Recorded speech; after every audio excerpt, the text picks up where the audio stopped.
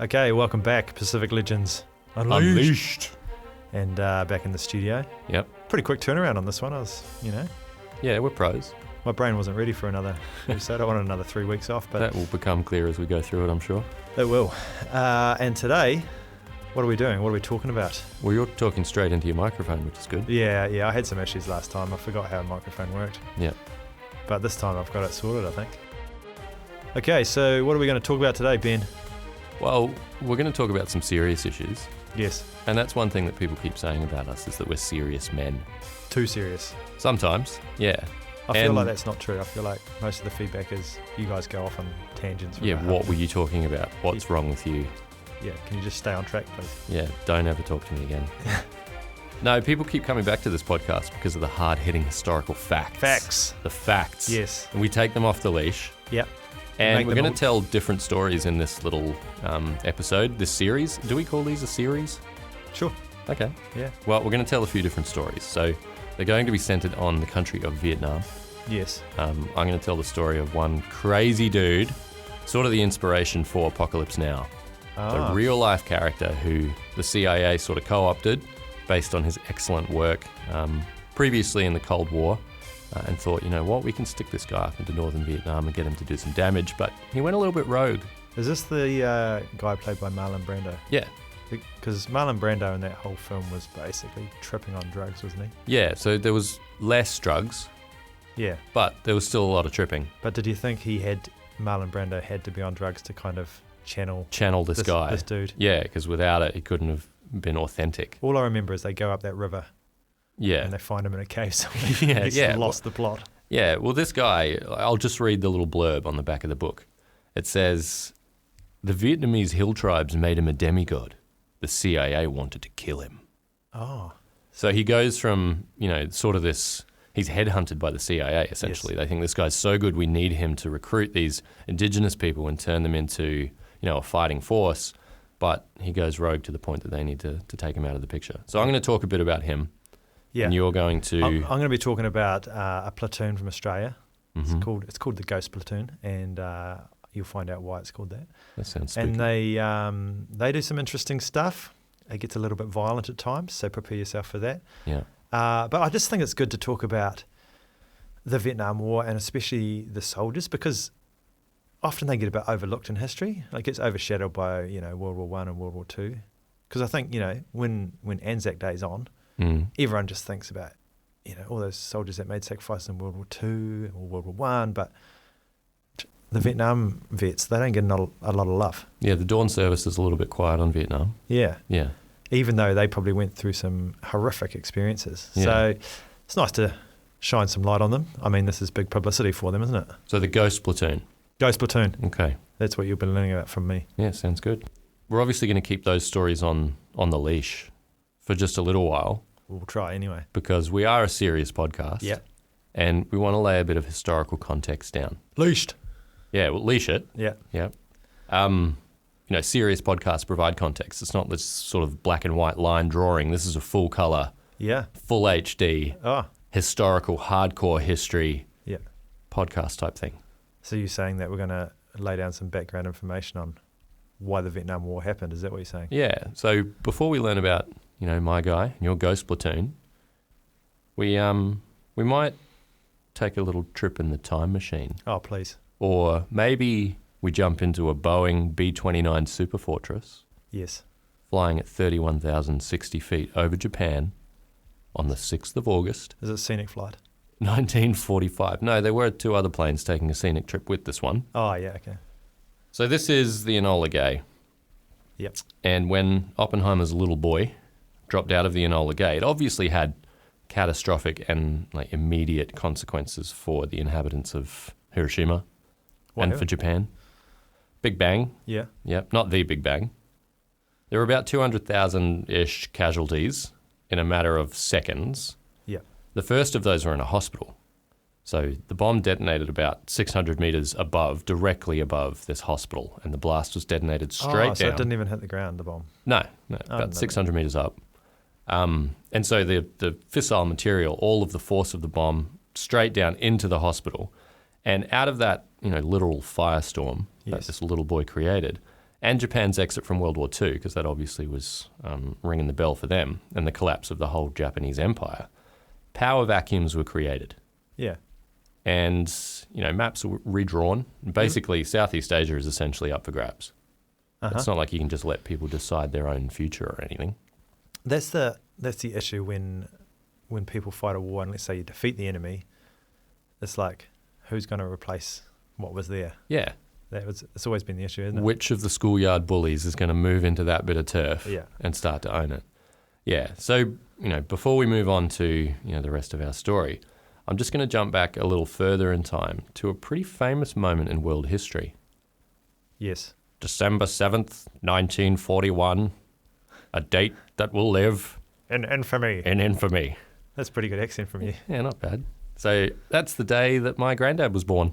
Ah. Yeah, very famous date in history. Yeah. For reasons no one understands, Japan decided to celebrate Big Brian's birth by attacking Pearl Harbor. Ah. So the whole country was just up and up. They were just overjoyed. Yeah. He's been the Messiah. And for whatever reason, they attack. He's not the Messiah. He's a very naughty boy. He was sometimes. Yeah. Anyway, that's one of the big headline dates in world history, 20th century history anyway. Yeah. But December 8th, 1941, not so much. I mean, it is the day that Japan officially declared war on the United States and Britain. Yes. So it's got some historical gravitas to it. It's not like nothing happened. But more importantly to our story, it's the date that Japan bombed Singapore and invaded Malaya. And the Japanese would hold Malaya until the Japanese empire was, cancelled? Can you cancel an empire? Cancel culture. Yeah. They were a victim of it. And just imagine, just for a moment, that your country has been occupied for more than 3 years by a cruel army. Uh-huh. And during that time, the occupying force have killed hundreds of thousands of people through forced labour. They were building a railway, bridge on the River Kwai, all that. There have been countless rapes, murders, and all of that is sort of systematic. It's a system of oppression and extermination through labour. Yeah. I remember reading somewhere, this is good history, that at some point in Southeast Asia, like around this time, the death toll was keeping up with the monthly death toll of Auschwitz. Oh. So, it was... In Vietnam, we're talking. In Malaya. Malaya. Sorry. Yeah, so it was sort of that level of extermination. Mm-hmm. So that's been your reality. You imagine you're in that situation, your home country's been invaded. Who is the knight in shining armour that you see in your dreams who's going to come in, vanquish this enemy and save the day? I would say it would be the British, probably. Yeah, 12th of September 1945, the British military administration. Oh. They set up their offices in Kuala Lumpur, so... Welcome. All good. Welcome. Goodies have arrived. Yes. The good guys. So many of those who somehow survived literally being worked to death were actually now able to relax. They had special rest camps for these people. A rest camp. Rest, yeah, sounds nice, a bit of R&R. Yeah. Except the British sort of did that thing where they were a bit evil. Oh, yeah, they haven't done that before, have they? No, they really broke the mold this time. Yeah. Especially as well when it seems like it wouldn't really require any more effort to just be decent people. So by 1947, and in these rest camps, there were a bunch of Allied POWs as well. So when the Brits turned up, they find that there are, native Malayans who have been working on the railroad and everything else, but also POWs. So by 1947, all the POWs are gone, out of the rest camps, taken back home, sent back to their families. Thousands of Southeast Asians, so not just Malayans, but Southeast Asian civilians continued just to rest in these camps. Outrageous. And, by rest, I sort of mean die of dysentery, lazy, malaria, general malnutrition, while the British just sort of keep watch. Anyway, the point is, when the Japanese Empire fell, Malaya was freed. And, by freed, I mean reconquered. Taken over by the British. Yeah, by the Brits. It is worth noting, though, that throughout that whole ordeal, this process of being claimed by schoolyard bullies, yes, the world powers, it's their big geopolitical chess game, the flames of Malayan nationalism starting to burn that little bit brighter. Yeah. You can understand that. Yep. Your turf's being stomped on, and your desire to claim it is just sort of increasing. So I'm not finished with Malaya. We will come back to it. I know you want to do a little bit on an emergency that pops up there. Yeah, I'll put that in. Yeah, but I think it's probably worth discussing l'éléphant in le room. Oh, I like what you did there. You put a wee French spin on that. Yeah, I did a couple of years of French in high school. Yeah, that was it shows. really good. So I want to talk a little bit about French Indochina as well as part of our context setting. It's a serious podcast. I'm kind of guessing that now the Japanese are out, the European countries are like, hey, let's build up our colonies again. Yeah. It's probably a little bit of territory to be exploited, some natural resources to use. So French Indochina, for any uncultured barbarian who doesn't have a complete grasp of world history, it's a label that's given to a collection of like French overseas territories. And we mostly think about Laos and Cambodia. But there are also 3 territories in Vietnam. So Tonkin, Annam, and Cochin China. So they're separate at this point, but they will eventually be unified, and that will become Vietnam as we know it today. So the French, or at least the French god, praise be, had been fiddling with Vietnam since the early 1600s. Yes. And there's an interesting tie-in here too with the Japanese, who in 1614 had enough of the missionaries in their own country, decided to expel all of the foreign missionaries from their shore. Get out of here. Go and do your God bothering somewhere else. Was the missionary position banned? I don't believe so. Ah, okay. It thrived once they'd left. Yeah. So having been kicked out of Japan, Pope Paul V, your mate. Oh, yeah. He had a bunch of Catholic missionaries that he needed to rehome. And he's looking around for another Asian people to improve. Yeah, and or exploit. Heathens. Yeah, via the word of God. And Vietnam, ding, ding, ding, they won the prize. Congratulations. Jackpot. And I just want to linger for a little moment. We're being a bit sarcastic about this idea of European enlightenment and everything. Is it insensitive, would you say? No, it's historically fair. Yeah. Like the Eurocentrism of this area is off the scale. Ridiculous. That belief that history is this sort of linear, constant sequence of steps of improvement where everyone's trying to move to be more like Europe. Well, that's rich from you coming from a British colony, such as Norfolk Island. Right, as opposed to New Zealand. Yeah, we're independent. Okay. Well, one French philosopher, you know this guy, the Marquis de Condorcet. Oh, yeah. Read a lot of his stuff, actually. Yeah, he's good. Good stuff. He referred to the existence of a European holy duty to help non-European people who, to civilize themselves, wait only to receive the means from us. Yeah. I don't know what accent that was. Yeah, what was that? They had a little bit of, Middle Eastern in there as well. Yeah. That's where it was from, Marquis de Condorcet. Yeah. So by the mid-19th century, there's somewhere around 300,000 Vietnamese that have been civilized and saved by Christianity. And the French. Bit of a problem, though. In 1835, the Vietnamese emperor had a bit of a gutful and banned Catholicism in Vietnam. And just like the Japanese, ordered that foreign local Catholics be rounded up and not so much kicked out of the country, but arrested. I see a great opportunity for Protestants. Yeah, get in there.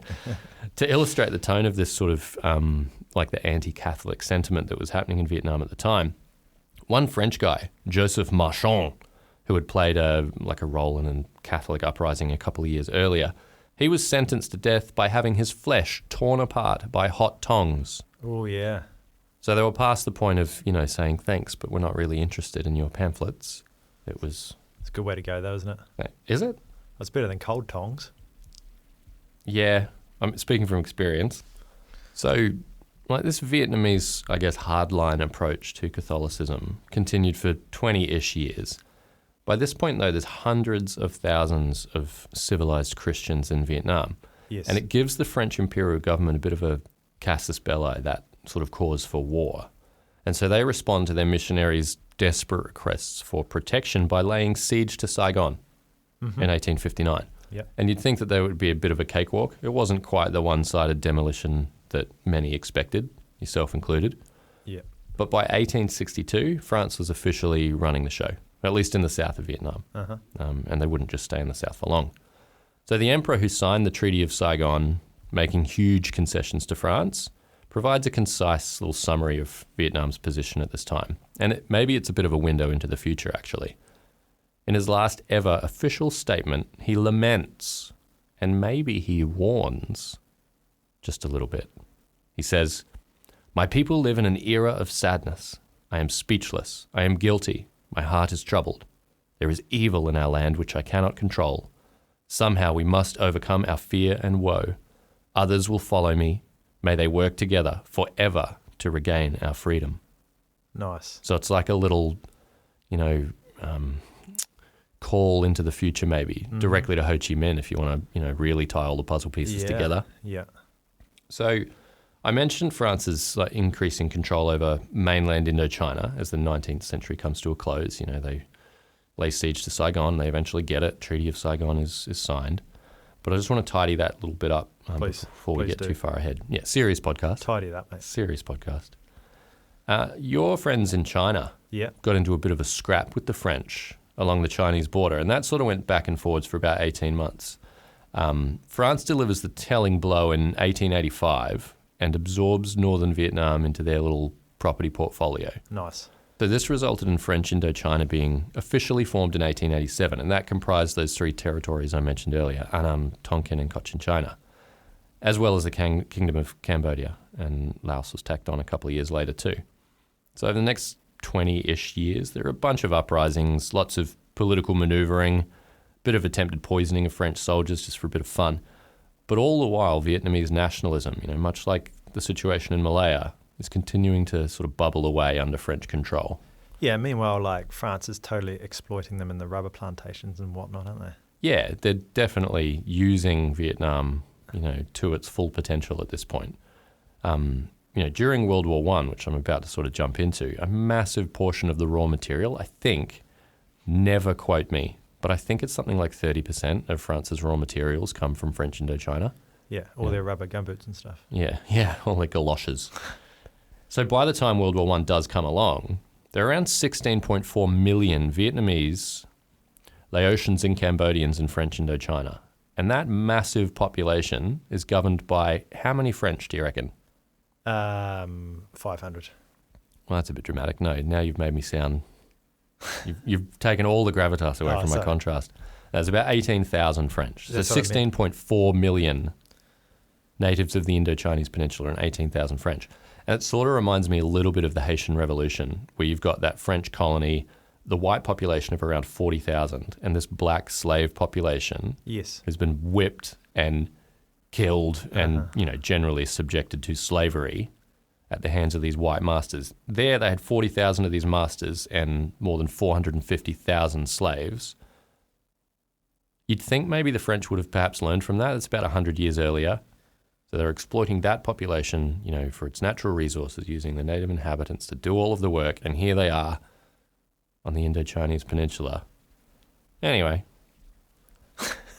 your silence suggests we should move on. Well, if there's one thing I know, it's people just don't learn, especially arrogant European colonizers. They just think they're better than everyone else and they can take what they want and control everything. Yeah, and plunge the whole world into the Great War. Yes. So when that happens, and France understandably needs a little bit of human capital there to really get their war enterprise off the ground.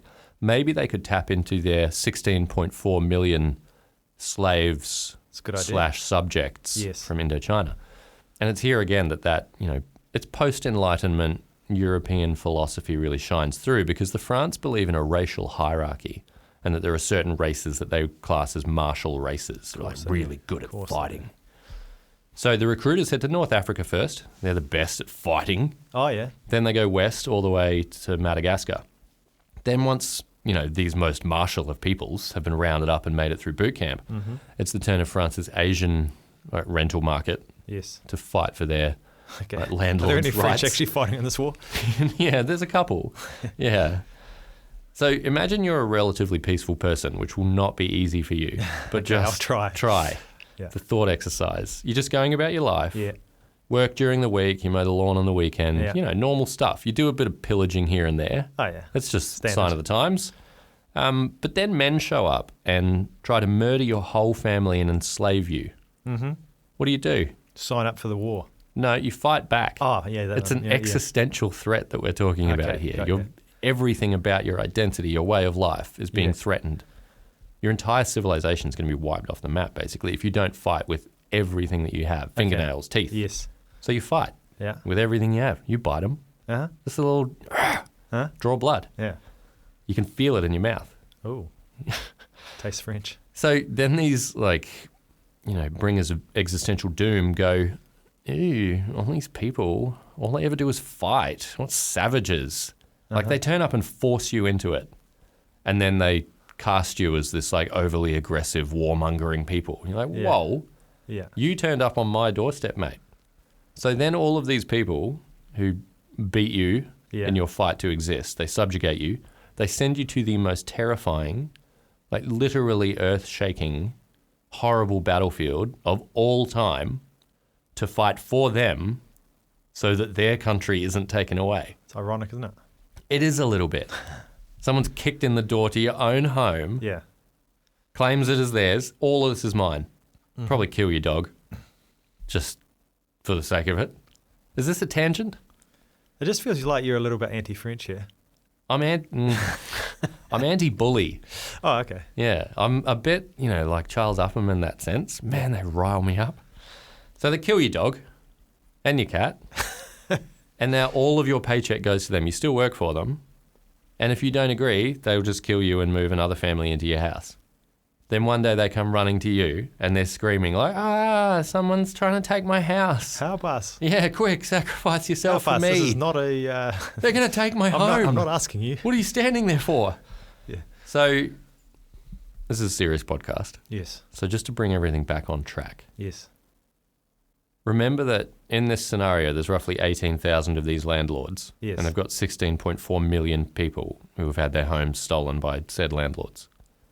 And I might be twisting the facts a little bit here because a lot of historians allegedly state that most of the Indochinese who fought for the Allied forces in World War I were volunteers. But, to what extent are they really volunteers? Because they wouldn't have been in that situation to volunteer in the first place. Loosely using the term volunteer. Yeah. It's like a student taking one of your classes. Like they did make a choice, but if they really had a choice, they wouldn't probably be at school in the first place. Yes. Yeah. So one of the reasons that some people did volunteer, though, was to see the world, broaden their horizons. And, they obviously had to experience the horror of warfare to do that. But their horizons were broadened, like philosophically, politically. They understood, like, civics a little bit more, that ability to engage as a citizen of your country. And these ideas then filtered back into Vietnam. And they were fancy, like, egalitarian ideas. Like, we're all on the same... status here. Let's get rid of class. And there's this belief in self-determination. It's always been there, because Vietnam is a nation that's been subjugated forever. I haven't even mentioned the Chinese before the French, but... That's a good thing. Yeah. It's always been there, simmering away. Yeah. But it starts to boil over. So, we mentioned World War I, and I just want to jump into World War II just quickly. Okay. Just a little... cheeky little chat, yeah. So while the Japanese fought with the French during World War I, they kind of dated a little bit, Yeah. Like they flirted a bit. They flirted. They had mutual friends. But they definitively broke up when Japan started seeing Hitler. Yeah. It is a deal breaker for many. Yeah. Not an open relationship. No. So the Nazis, they ride their bicycles through Belgium. They smash their tanks all the way through to the streets of Paris. France's colonial possessions at that point are then run by the Vichy government. Oh, and they're dodgy ass. Yeah, they're not particularly French. The Vichys. Yeah, a little bit of a puppet situation going on. And so the French and their colonial possessions were going to do whatever was going to help the German war effort. Yes. And in this case, helping the Japanese would help the Germans. The Japanese wanted Indochina for a few reasons. So first, they were kind of dreaming of this pan-Asian situation that they were going to drive. Second, they wanted to quite literally come at Chiang Kai-shek and his China from a new angle. So there's this kind of pretend battle for French Indochina. It's between Imperial Japan and Vichy France, and it lasts 4 days. It's an undeclared war, so it's not actually a declaration of war between the two states. But Japan wins, and French Indochina is a little less French and a little more German. Yeah. AKA Japanese. So lots of historians have commented on the fact that this was a tricky thing for the Vietnamese to sort of wrap their heads around. Because on the one hand, many expressed optimism. Well, now at least they're being controlled by an Asian country. Yeah, that's where the optimism... It's a bit closer. Yeah, it's a little bit closer to home. They're a little more like us, maybe. They'll understand us more. Yeah. They'll look after us. Yeah. Between 1 and 2 million Vietnamese died in the last year of the war due to a famine largely caused by food supply disruptions to support Japan's invasion of They Burma. were just giving all the food to their soldiers, right? Yeah. So, you do have that little bit of optimism, but then it's tinged by reality. Clearly maybe 2 million. They hadn't heard what the Japanese were up to in Korea and Yeah, Manchuria. Well, yeah, but I mean, no one really has. It's the state of the world at this point. They kept it on the down low. Yeah, it was easy to keep things on the down low, relatively speaking. Yeah. So there were a lot of atrocities committed by the Japanese occupying force. Mm-hmm. Plus, how good can an occupying people be to you, really? By the very virtue of the fact that they're willing to occupy you? Yeah. Anyway, the famine that I mentioned, right towards the end of the war there, 1944-45, that's sometimes seen a little bit as the straw that broke the camel's back in a way. And the Vietnamese have had enough. Yeah, and the Viet Minh at this point, which they'd formed under Ho Chi Minh back in 1941, they used this famine as a pretty devastatingly effective piece of propaganda against any occupying power. Yeah. So not specifically the Japanese, but just that idea of occupation. I mentioned that idea of self-determination, that national pride, everything that people had picked up while they'd been in World War One. And, Ho Chi Minh's travelled a lot. I imagine Ho Chi Minh is pissed. What did he take, 30 years or something, where he was just out travelling the world? Yeah, didn't he go to Russia? He was a pastry... Yeah, he did. He was a pastry chef and... Yeah, so he did a lot. Anyway, he learned a lot and came back with these ideas. So this moment is sort of one of those points in history. Maybe it's where the Viet Minh went from this little group of guerrillas in the caves to being a legitimate political entity. And they're acting out now sort of the will of the people. Ah. They even started a newspaper. It was called Resistance Against Japan. So, they're pretty explicit about what they're trying to do at this point. I bet you that paper would have been dry. Yeah, I think it was pretty philosophical and political in nature. Uh-huh. So I should probably wrap this up. On the 2nd of September, Emperor Hirohito. Ah, Hirohito. Yep. He signed to formalise Japan's surrender. So this is... After the bomb. Yeah. So post-World War II, 2nd of September. So you've gone back to the start of the podcast, essentially. Yeah, thanks for linking that all together. Yeah, nice. And I briefly mentioned the Viet Minh a little bit earlier, as well as, the leader Ho Chi Minh before. I said they were representing the will of the people. So on the same day that Japan officially throws in the towel, the 2nd of September, Ho Chi Minh stood up in front of about 450,000 people in Ba Dinh Square in Hanoi and declared Vietnamese independence. Whoa. So, everything that I've mentioned in this absolute machine gun through hundreds of years of history, hopefully the point has stuck that these countries, not just Vietnam, because we mentioned Malaya as well, have just had this sense of national pride, this just desperate burning desire for self-determination bubbling away, and this is the moment when, in front of 450,000 people, it all boils over and Ho Chi Minh declares independence. Uh-huh. And the declaration was mostly written by Ho Chi Minh, but he received input from some American OSS officers as well. They'd been training the Viet Minh in their war against the Japanese. And, knowing what we know about the way the Vietnam War turns out, there's a little bit of irony there. And there also aren't many more poetic speeches than this one by Uncle Ho. Yes. Because he lays out the hypocrisy of the French with their love of liberty, equality and fraternity and all that stuff that was born out of the French Revolution. Uh-huh. He basically leaves the American government with two choices. The first is to honour the philosophical principles that their country's built on after they defeat, the tyrannical English. Uh-huh. They establish an order that's based on democracy and freedom, liberty. So that's choice number one, honour those principles. Choice two, just admit they're gigantic pieces of shit.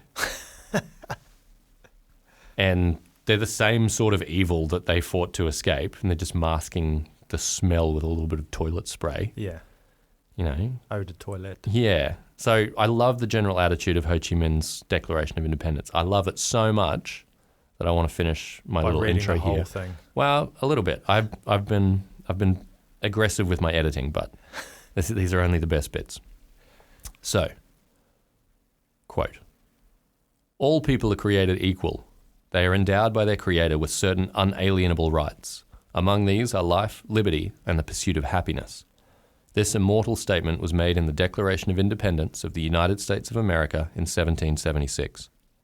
The Declaration of the Rights of Man and of the Citizen of the French Revolution, made in 1791, also states, all men are born free and with equal rights, and must always remain free and have equal rights. Those are undeniable truths. Nevertheless, for more than 80 years, the French colonists, in the name of liberty, equality, and fraternity, have violated our fatherland and oppressed our fellow citizens. They have acted contrary to the ideals of humanity and justice. They have built more prisons than schools. They have mercilessly slaughtered our patriots. They have drowned our uprisings in bloodbaths. The whole Vietnamese people, animated by a common purpose, are determined to fight to the bitter end against any attempt by the French colonialists to reconquer the country. We are convinced that the Allied nations, which at Tehran and San Francisco have acknowledged the principles of self-determination and equality of nations, will not refuse to acknowledge the independence of Vietnam, a people who have courageously opposed French domination for more than 80 years, a people who have fought side by side with the Allies against the fascists during these last years. Such a people must be free and independent. For these reasons, we, the members of the Provisional Government of the Democratic Republic of Vietnam, solemnly declare to the world that Vietnam has the right to be a free and independent country, and in fact it is so already, and thus the entire Vietnamese people are determined to mobilize all their physical and mental strength, to sacrifice their lives and property in order to safeguard their independence and liberty. Okay, a couple of points there I'd like to raise. Yep, off you go. Ho Chi Minh sounds a lot like a New Zealand/Australian. Yeah, he travelled a lot, I said. And number two, it's ironic that he was like holding the USA as a kind of shining light with what was about to come when they were going to come over and pummel the Vietnamese. Well, I mean, that's why I love it so much, because he's very aware of the power of the Americans, especially in this post-World War II world order. The Cold War hasn't got off the ground yet. Yep. Yeah, and so he's essentially, by painting them in that really good light, agrees up to them. Kind of. It's a challenge, though. He's throwing down the gauntlet. He's basically portraying them the way that they want to be seen and saying, is this you, though? Uh-huh. Or are you the same piece of evil shit that you tried to get away from, when you founded your new nation built on all of these principles that I'm talking about? And if there's one thing we know about the States. Yeah. They love fried food. Yeah. So you're right. He opens that declaration by speaking directly to the Americans. And in many ways, he speaks to them at the end as well. And the last line, like you mentioned, with the benefit of hindsight, it's just a chilling warning. Because the entire thing's a beautiful work of art. And I think it's worth focusing on it, because if you don't know any or much of Vietnam's long history of subjugation, particularly from the French, it goes back thousands of years, though, when you include the various parts of Chinese rule. If you don't understand that, I think you're missing out on the extra ingredient for me that makes the whole Vietnam War sort of pop into focus. Yeah. And that's that collective, intergenerational, intermillennial trauma that's just sort of born out of being kicked around. And Ho Chi Minh lays all of that out so clearly and concisely. He represents Vietnam's vulnerability. Mm-hmm. He acknowledges the fact that they need the assistance of these big world powers, but he's also got a little knife stashed in his belt, and he will shank you in the ribs if you don't honour the things. If only Eisenhower and JFK had kind of listened to that speech and thought, just stay out of this one. Yeah, or just do the thing that we have said that we will do, at least, as a people. Let's honour those principles. Yeah. I think that died a long time ago, didn't it? Yeah, well, yeah, maybe so. Anyway, the Japanese are gone, and so Roosevelt, maybe he didn't hear what Ho Chi Minh was saying in his speech, because he pretty much immediately just tried to give Vietnam to the Chinese. They're at a bargaining table. All the big world powers are just going wow, what if we give you, and Vietnam's name pops up. But Chiang Kai-shek is not interested. He's got enough on his plate already. So Ho Chi Minh declares independence. It's the 2nd of September, 1945. 21 days later, the French overthrew his government. And then there's 14 months of low-level fighting that follows that before all-out war erupts in December of 1946.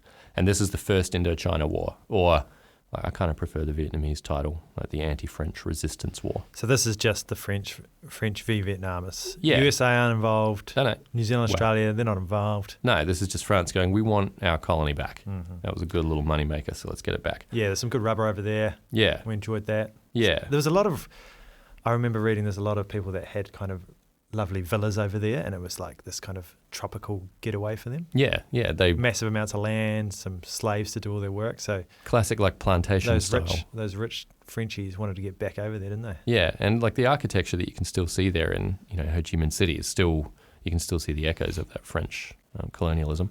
Okay, so I think you're going to give us a bit more info about how the Cold War develops from this point. Yeah, if you thought you went through that quick, I'm going to rip through the Cold War in like 10 minutes. Oh, that's all it deserves. I'm going to jam it into 10 minutes. Facts are going to be left by the wayside. You're going to mention the domino theory at all? Probably. It might come up. Yeah. Well, yeah, just to sort of put a bow on this little bit that I've done, this war between Vietnam and France is one of the very first dominoes to fall. So that idea of communism spreading, as one domino falls, the next will fall with it. Yeah. That trail of dominoes leads all the way to Australia and New Zealand. And that is why Domino's Pizza is doing so well. Is that what you mean? I wasn't going to tie in with that. Are we being sponsored by them? Yeah, I reckon we could get a pizza out of them. We'll hit them up. Okay. Yeah. Anyway, that's my little Yeah. introduction to More irony. Vietnam, Southeast Asia, and how it ties in with our longer story. The Cold War. First of all, why is it called the Cold War? A lot of people think it's because it was, involved the Soviet Union, which is generally pretty cold. Would that be correct? Would it be correct that a lot of people think that? No, I just made that up. I thought you might have. Why would you call that Cold War? Well, the main superpowers didn't ever directly engage in conventional combat, is that correct? So you're saying that when people shoot each other with guns, it's a hot war? Well, people shot each other with guns in the Cold War too. So, yeah, the Cold War, basically what happened is it's a lolly scramble, end of World War II, right? Yeah. The European powers like Great Britain and France and these other ones were used to be big dogs, and suddenly they've been devastated, and all that's left is USA and the Soviet Union to fill that void. I mean, the Soviet Union got pretty devastated as well, but just in terms of sheer numbers. And attitude. Yeah. They wanted to be the new superpower. Obviously, USA came out of World War II doing all right because nothing was fought on their homeland. Good little money maker. They made a lot of money selling weapons and whatnot, and suddenly they were there. The only thing kind of stopping the Soviet Union from taking what they wanted. Yep. And Churchill, he made this great speech, and he talked about how Soviet Union was influencing the countries of Eastern Europe. Obviously, they were communist, and they wanted to spread the word of communism around the world, right? And they were making good progress with the countries in Eastern Europe.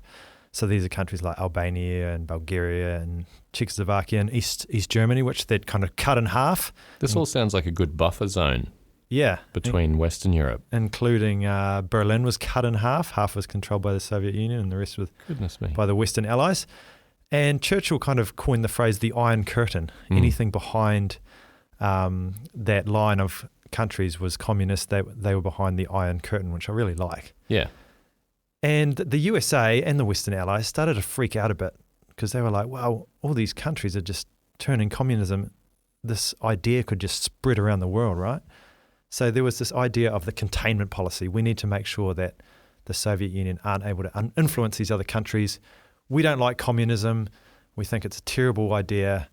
It might threaten our way of making loads of money, all of that kind of jazz. Yeah. So that was the philosophy. There was this Truman Doctrine where the president of USA, Harry Truman, went to help Greece and Turkey because they were worried that they were going to be the next countries that fall under communism. So they gave them a whole lot of economic and military aid. Yeah. Quick note on Truman. Yes. Could be wrong. I think that he owned a haberdashery at some point. Of course he did. I don't know if that's true, but I've always had this hilarious image in my mind that one day, it's like a hard cut from a movie. One day he's working selling needle and thread. The next day he's like, yep, bomb Japan. The haberdashery. All I know of Truman is that scene in Oppenheimer, where he just calls him an absolute crybaby and says, get him out of my office. Still haven't seen it. Yeah. You're even a historian. Yeah. Half of this podcast was covered in Oppenheimer. Anyway. I'll watch it after. So the USA was trying to stop the spread of communism, right? And there was this massive panic. There was a senator in the US called McCarthy, and he made everyone paranoid about people being communist, even in the States. Yeah. And he started saying he knows a bunch of people that are working for the government that are communists. They're trying to infiltrate from the inside. And there was a whole lot of people that were kind of taken out the back and beaten over for being accused of being Yeah. commies. Yeah, that period in American history is wild. Oh, like the things that he got away with was ridiculous, all behind the threat of they're a communist. If you ever watch Oppenheimer, you'll see that his career was essentially, his reputation was ruined because he was accused of having communist ties, which he did. Who is McCarthy in Oppenheimer? Is that Robert Downey Jr.? No, McCarthy's not in there, but once you see it, you'll see that they used the idea of him being a communist to ruin his reputation because his brother was in the Communist Party and he had friends in there and things like that. So, McCarthy and his mate J. Edgar Hoover, who was the director of the FBI, had a great time rounding up potential communists. And anyone that was like a thorn in the side of the government, anyone that was protesting was accused. Even good old mate Martin Luther King accused of being a communist because he was doing too much protesting. Bit more irony there, like it's the man of steel, Stalin, and his like really harsh authoritarian policies that they're terrified of, and then so to ward off the threat of that kind of society, they're instituting those same policies. Yeah. So talking of Stalin, what a moustache though. Stunning. Can you think of any other great moustaches in history? Charlie Chaplin. I was going to say Richard Long from One News. Merv Hughes. Steve Parr. Yep. When he slides across. You're too young, mate. You're too young for that. Anyway, back to our history. This is a serious podcast. The Malaya Emergency. Yes. Let's chat about that. Yep. So after World War II, as you said, the Federation of Malaya was formed through the unification of British territories. Mm-hmm. And there was a little communist party going on there. And when the British came in, they were pretty angry, as you would be. And I'd be angry if I was British. They started a bit of a guerrilla insurgency. Mm-hmm. We're not talking guerrillas. Went to the zoo and riled them up. We're not talking the guerrillas from the zoo coming out of the jungle and beating people up. Guerrilla spelt with a U and an E, which basically is the idea of if you're outnumbered and if you've got a small force, what you can do is you kind of attack at night and you kind of harass guerrillas and you annoy people and you kind of kill the odd person and then you run away before they can wipe you out. This whole idea of hiding, and it was pretty effective. And anyway, the British efforts to suppress the guerrilla warfare from the Communist Party were not that successful, and they were pretty unpopular. And in the end, what happened is this group, the British Army Scots Guards, went in and killed 24 unarmed male civilians in Batang Kali, which they kind of suspected might be part of the guerrilla uprising. Yeah. And that was a pretty bad look, especially because they were unarmed. They didn't have arms, just legs. Yeah. We can't go back through that. Let's not do that joke. And, they had no evidence that they were even communists. So this really turned the people against them. Yeah, I've heard Batang called, sort of like Britain's My Lai. I don't think we'll talk much about the My Lai massacre, US soldiers in My Lai in 1968. But yeah, it was... I'm sure we'll jam it in there somewhere. It'll be in there, yeah. So the British government has never apologised for this. Yeah. Not even today. Does that surprise you? That does surprise me a little bit, yeah. Really? I mean, it's been very in vogue for governments to come out and say sorry for... Britain. Would you say Britain? Yeah, sorry. Yeah, I missed that. They've got a few things to apologise for. I mean... Yeah. Norfolk Island. Certainly opens the floodgates. Yeah. Okay, let's talk China. Okay. Since we're ripping through history.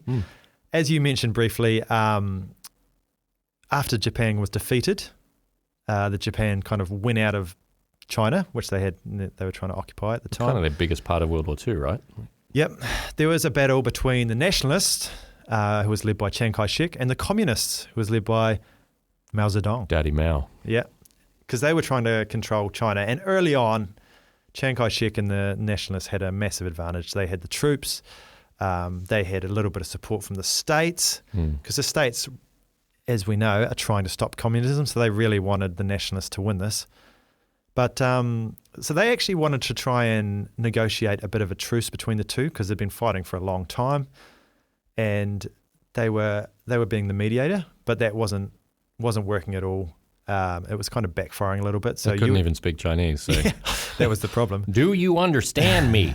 So the USA kind of abandoned its efforts to try and unite them and said, okay, we're just going to leave you to it. Good luck. All the best, Chiang Kai-shek. Yeah. And that went well. But the communists just couldn't couldn't be defeated, partly because they did this massive thing called the Long March. You heard of that? It's epic. 10,000 kilometres. Mm-hmm. They crossed 18 mountain ranges, 24 rivers. Yeah. I'd say a mountain range is probably harder than a river, right? I would say so. Yeah. But anyway, that kind of helped them like reunite as an army and defeat the nationalists. And part of it was also a lot of the Chinese kind of signed up, or they defected from the nationalists and joined the Communist Party. And eventually Mao Zedong won. Mm. And China now became a communist country. What year are we talking here? Just to 1949. Yeah. Yeah. So suddenly, communism was at the doorstep of the Pacific, right? It's bordering Southeast Asia. Yeah. It's getting a little bit close to Australia, New Zealand. Yeah. And the States... Countries that matter. The States are starting to like get really worried. It's like, you know, it was in Eastern Europe, sure, whatever. Now... It's right on the border of France, now, or whatever. It's heading down to New Zealand, that very powerful resource... If Auckland fell... resource-rich country that we cannot lose. And maybe Australia, the desert over there. Yeah. So, you know, New Zealand and Australia were tied to the West, right? And we were feeling very vulnerable at this stage. Luckily, we're kind of cozying up to the Americans, and we're saying, hey, we're going to do anything about this? Yeah, might need a little bit of help. And in 1950, right, China's just fallen. Suddenly, war erupts in Korea. Uh-oh. So Korea's interesting, and there's a lot of parallels between Korea and Vietnam. Mm.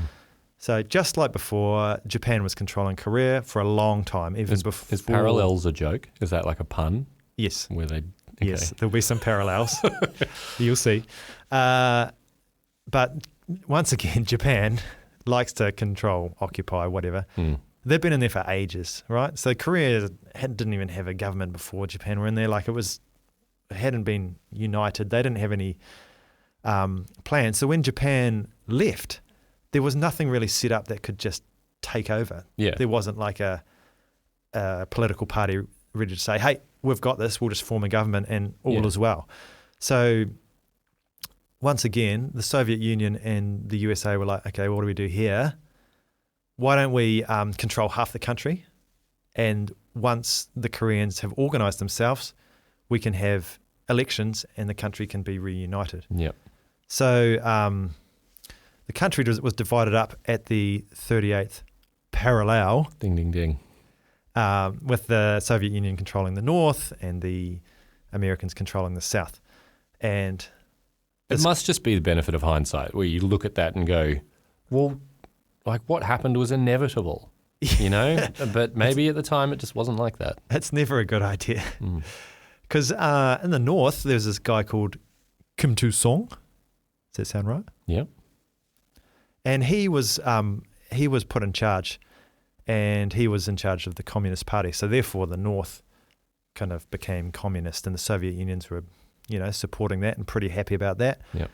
And down south, they were democratic and the US were trying to kind of align them with their philosophy. So we've got this communists in the North, capitalist Democrats in the South, and Kim Tu-sung kind of strengthened his control and built up his military and the administrative forces. Probably got a bit of help with that, right? Oh yeah, the Soviets helped out a lot. He gave his mate Big Joey Stalin a ring and said, "Mate, what oil do you put on your mustache?" I'm feeling pretty confident. Should we have a crack at the South? You know, I reckon we can reunite the country and make this whole dang peninsula communist. Yeah, cool. And Stalin's like, "Mate, don't go yet. You're not ready." So he wouldn't let him invade. This is 1949. Kept him on the leash. And he was worried about the US getting involved because obviously the US were playing a part down south. Yeah. But then Kim jumped on the train, headed to Moscow, met up with Stalin, complimented his moustache and said, "What about now? It's 1950. What about now? Can we have another crack?" And Stalin's like, "Sure, go at it." Mm-hmm. And so the Korean War began when North Korea invaded the South. And they made some pretty good progress because the South was a little bit shambolic at the time. Fortunately, the USA and the United Nations, it was their kind of big time to shine, wasn't it? In the world stage.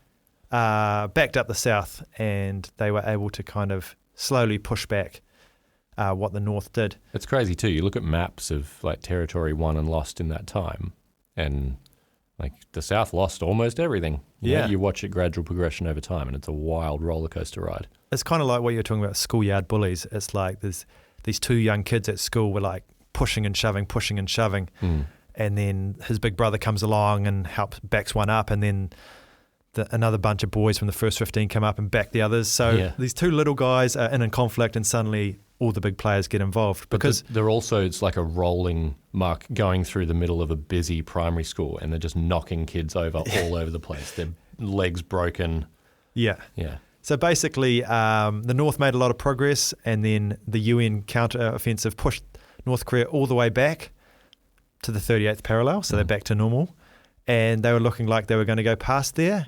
Then China got involved. China pushed it back. But in the end, after like 3 years of fighting, it kind of had a big stalemate back to where they started on the 38th parallel. Yeah. So back and forth, and nothing even changed in the end. Yep. And there was no formal peace treaty signed.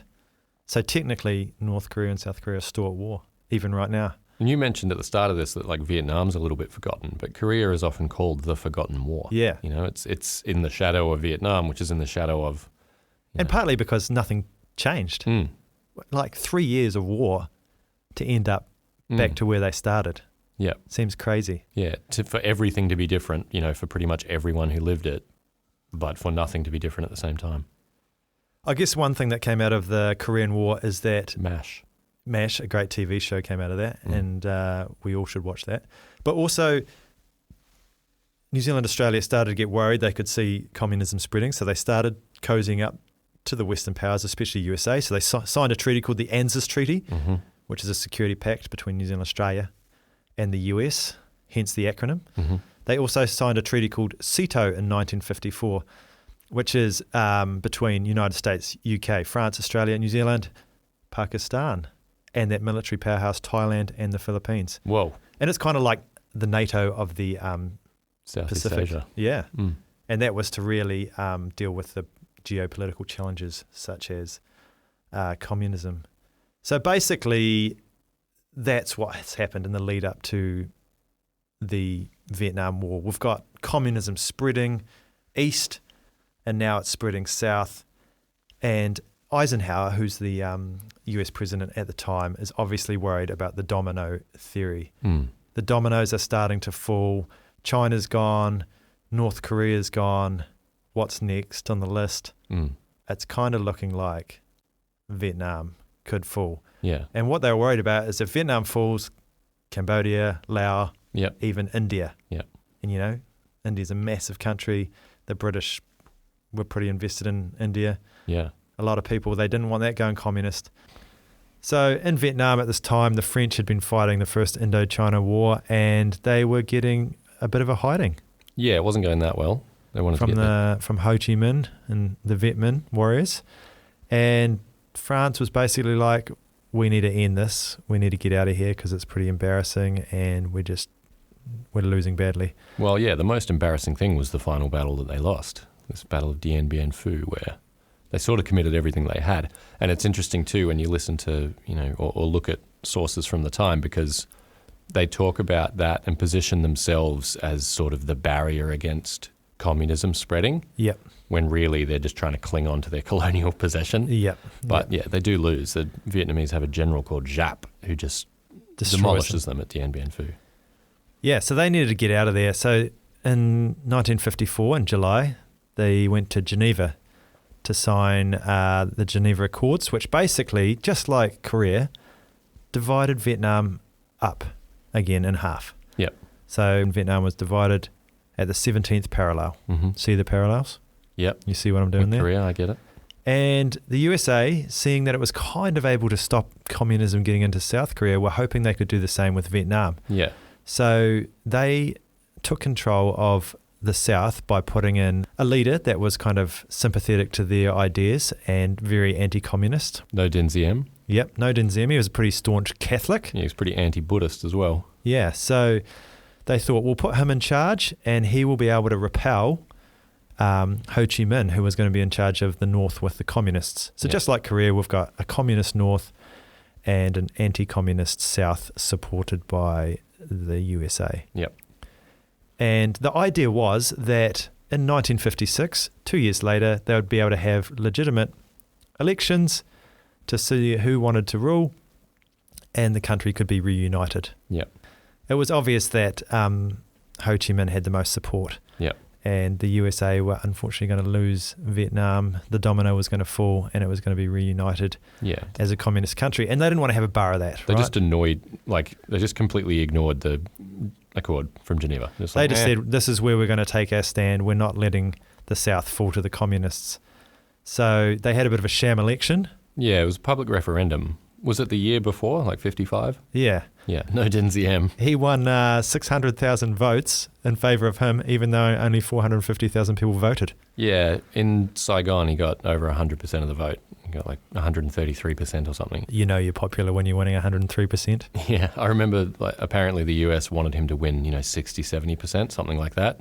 But he thought that this whole referendum was a test of his legitimate authority. Yeah. So he just went, no. All out. Everyone and more. How did you get 103%? Oh, even the dead people were voting for me. Yeah. They came out of the grave. So popular I am. So that infuriated Ho Chi Minh and the Viet Minh, and they were pretty fired up because they feel like they'd been cheated out of this reunification of the country. Well, at least Ho Chi Minh's Vietnamese. Yes. This stand for Vietnamese nationalism and everything. Like, he's driving it from the north, and they've committed to push out, expel all colonial invaders, and then you've got the South propped up by foreigners. Yeah. Yeah. And the CIA were in there doing their thing. Eisenhower and eventually Kennedy had said, let's get the CIA in there and let's start undermining the North. And one of the things they did was the Operation Passage to Freedom, where anyone that didn't want to be part of the North, like a lot of Catholics, for example, were able to move south with the help of the CIA. Yeah. Unfortunately, quite a few of the people that got moved south didn't want to be moved south. Yeah. And that led to a lot of disillusionment. They lost a lot of hearts and minds, and people were more in favour of Ho Chi Minh and the North after that. Yep. So that was essentially what was going on and what started the Vietnam War. Yeah, because it's important to note too that during that first Indochina War, which is now over, Dien Bien Phu happened and French lost, but the US was supplying nearly 3/4 of the funds for France's war in that fight against the Viet Minh. So, it's not like the US has just been neutral up until this point either. We've alluded to the fact they were supporting Diem, but they'd also provided heaps of support for the French. Yeah. Yeah. And they felt like they were in it now. They had to prop up this government in the South. Yep. They couldn't let it fall because then the domino theory was going to happen. So they just started pumping soldiers in. And that's where it all began, through Kennedy. Kennedy was assassinated. Mm-hmm. Then Lyndon Johnson takes over. He doesn't want to lose the war, so he puts in more people. Yeah. And then Nixon's involved. Yep. And no one wanted to be the president that lost the war, right? No, so that was a big thing. More and more soldiers were getting put in, and becomes this unwinnable war. Yeah, you can read heaps of intelligence reports, and you can listen to tapes from the White House where it's very clear that strategy is, first of all, mixed, but there's also a sense of no one's optimistic about America's chances, going back a very long time, but it just keeps going and going and going. Yeah, and, Ho Chi Minh sends in people into the South, the Viet Cong, and they use guerrilla tactics very effectively. They hide in tunnels, they hide in the jungle, they just harass, even though they're completely outnumbered. They don't have the same kind of hardware, like they don't have the tanks and the APCs, and they definitely don't have any air force, and yet somehow they're able to thwart the biggest military in the world, that is the States. Yep. And at this time, New Zealand and Australia are now involved due to their involvement in SEATO and ANZUS. Yep. They've contributed soldiers and others. Minimal contribution in the big scheme of things, but But they're there. Yeah, and for each person who's there, it's a big deal, obviously. And I guess that's what we're going to be exploring in the next episode, is some of the tales from these soldiers from Australia and New Zealand. Yeah, so we're not really going to go into detail about the Vietnam War itself. I think, that's probably as much of a summary as we're really going to give. So this episode was really about setting up the context for Vietnam, and then in the next episode we're going to be exploring our 2 stories. I'll talk about the Tiger Man. And I'll be talking about Ghost Platoon. The Ghost Platoon, yeah. So it's sort of a more personal take moving forward. On the Vietnam War. Now that we have set the stage. Okay. That's a very fact-heavy episode of Pacific Legends. Unleashed.